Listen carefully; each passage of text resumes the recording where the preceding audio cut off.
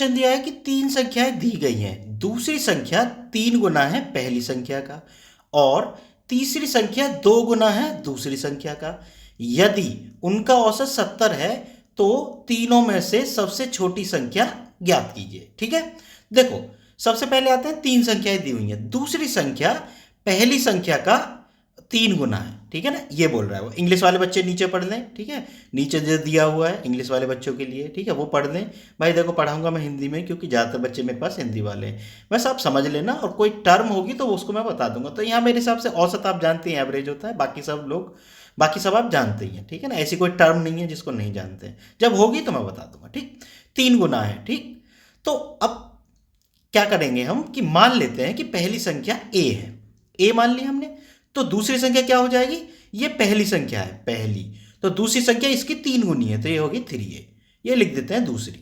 मैं समझाने के हिसाब से लिख रहा हूं भाई, नहीं तो एक लाइन का हल है। ठीक, ये हो गई। अब आती है बात ये कि तीसरी संख्या 2 गुना है दूसरी संख्या का। भाई तीसरी जो है ना, तीसरी 2 गुना है किसकी, दूसरी संख्या का, तो दूसरी संख्या 3a गुना 2 बराबर 6a हो गया। ठीक है, अब क्या कहता है उनका कि उनका औसत 70 है, तो भाई कुल मान कितना हो गया, अगर औसत 70 है तो कुल मान हो जाएगा a प्लस 3a, भाई पहली संख्या प्लस दूसरी संख्या प्लस तीसरी संख्या 6a बराबर कुल मान कितना हो जाएगा। अगर औसत 70 है तो क्या बताया था मैंने, औसत गुना कुल संख्या कितनी है 3, तो ये कुल मान हो जाता है, तो ये 210, मतलब इन तीनों का जोड़ कुल कितना है 210। हल कर लो तो कितना आ गया, 10a इक्वल टू 210, तो a बराबर क्या आ गया 210/10, कट गया कितना आ गया 21। तो सबसे छोटी संख्या कितनी होगी, उसने यही पूछा है, then find the smallest number among the 3। ठीक है, तो ये कितना हो जाएगा 21, 21 कहीं ऑप्शन में दिख रहा है, ये रहा। ठीक है बच्चों, मेरे हिसाब से बात समझ में आ गई होगी। देखो किसी भी क्वेश्चन को अगर तुम अच्छे से समझ लोगे ना तो जल्दी तो खुद ही कर लोगे, मेरा काम है तुम्हें समझाना, और वो भी छोटे से छोटे तरीके से। तो ये सबसे छोटा तरीका है, तुम्हें क्या करना है डायरेक्ट एग्जाम में, a plus 3a plus 6a बराबर 210।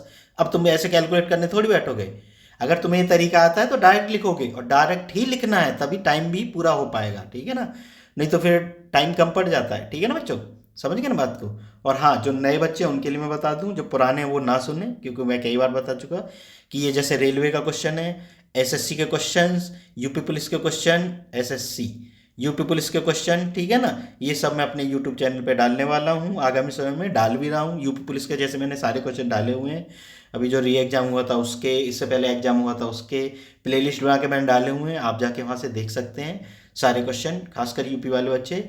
हाँ, मैं देख रहा हूँ कि यूपी SSC के क्वेश्चन मैंने नहीं डाले हैं, अगर कोई एग्जाम आता है तो मैं डाल दूंगा। अगर एग्जाम कोई आ रहा हो तो मुझे बच्चे कमेंट में बता दें, तो मैं वो क्वेश्चन डाल दूंगा। ठीक है ना, और हाँ साथ में एक बात और बता दूंगा, अगर आप लोगों का कोई डाउट हो तो वो मैं आपको टेलीग्राम पे बता दूंगा, आप मुझे कमेंट में बस बता दो। ठीक है ना, देखो मैं यूट्यूब चैनल पे वो नहीं डाल सकता क्योंकि बहुत सारे क्वेश्चन ऐसे होते हैं कि जो किसी बुक से उठाए गए हैं। अब किसी बुक का मैं क्वेश्चन नहीं बता सकता, क्यों, क्योंकि कॉपीराइट का इशू होता है। ठीक है ना, इसलिए ये मेरे अपने क्वेश्चंस हैं जो एग्जाम में आए हुए हैं, मैंने कहीं से नहीं लिए हैं। अब लेते तो कहीं से हैं ही, लेकिन ऑनलाइन ही मैंने लिए हैं सब। ठीक है, क्योंकि बाद में कोई क्लेम ना करे कि हमारी किताब से क्वेश्चन ले लिए, नहीं, मैंने सब ऑनलाइन लिए हैं। ठीक है ना, जो एग्जाम में आए हुए, वैसे भी एग्जाम आए हुए हैं तो कोई क्लेम कर भी नहीं सकता है। ठीक है ना, किसी के बनाए हुए नहीं है ये। ठीक है, ठीक है बच्चों, बात समझ गए होगे। अगर वीडियो पसंद आई हो तो चैनल को सब्सक्राइब जरूर कर लेना। मिलते हैं फिर नेक्स्ट वीडियो में।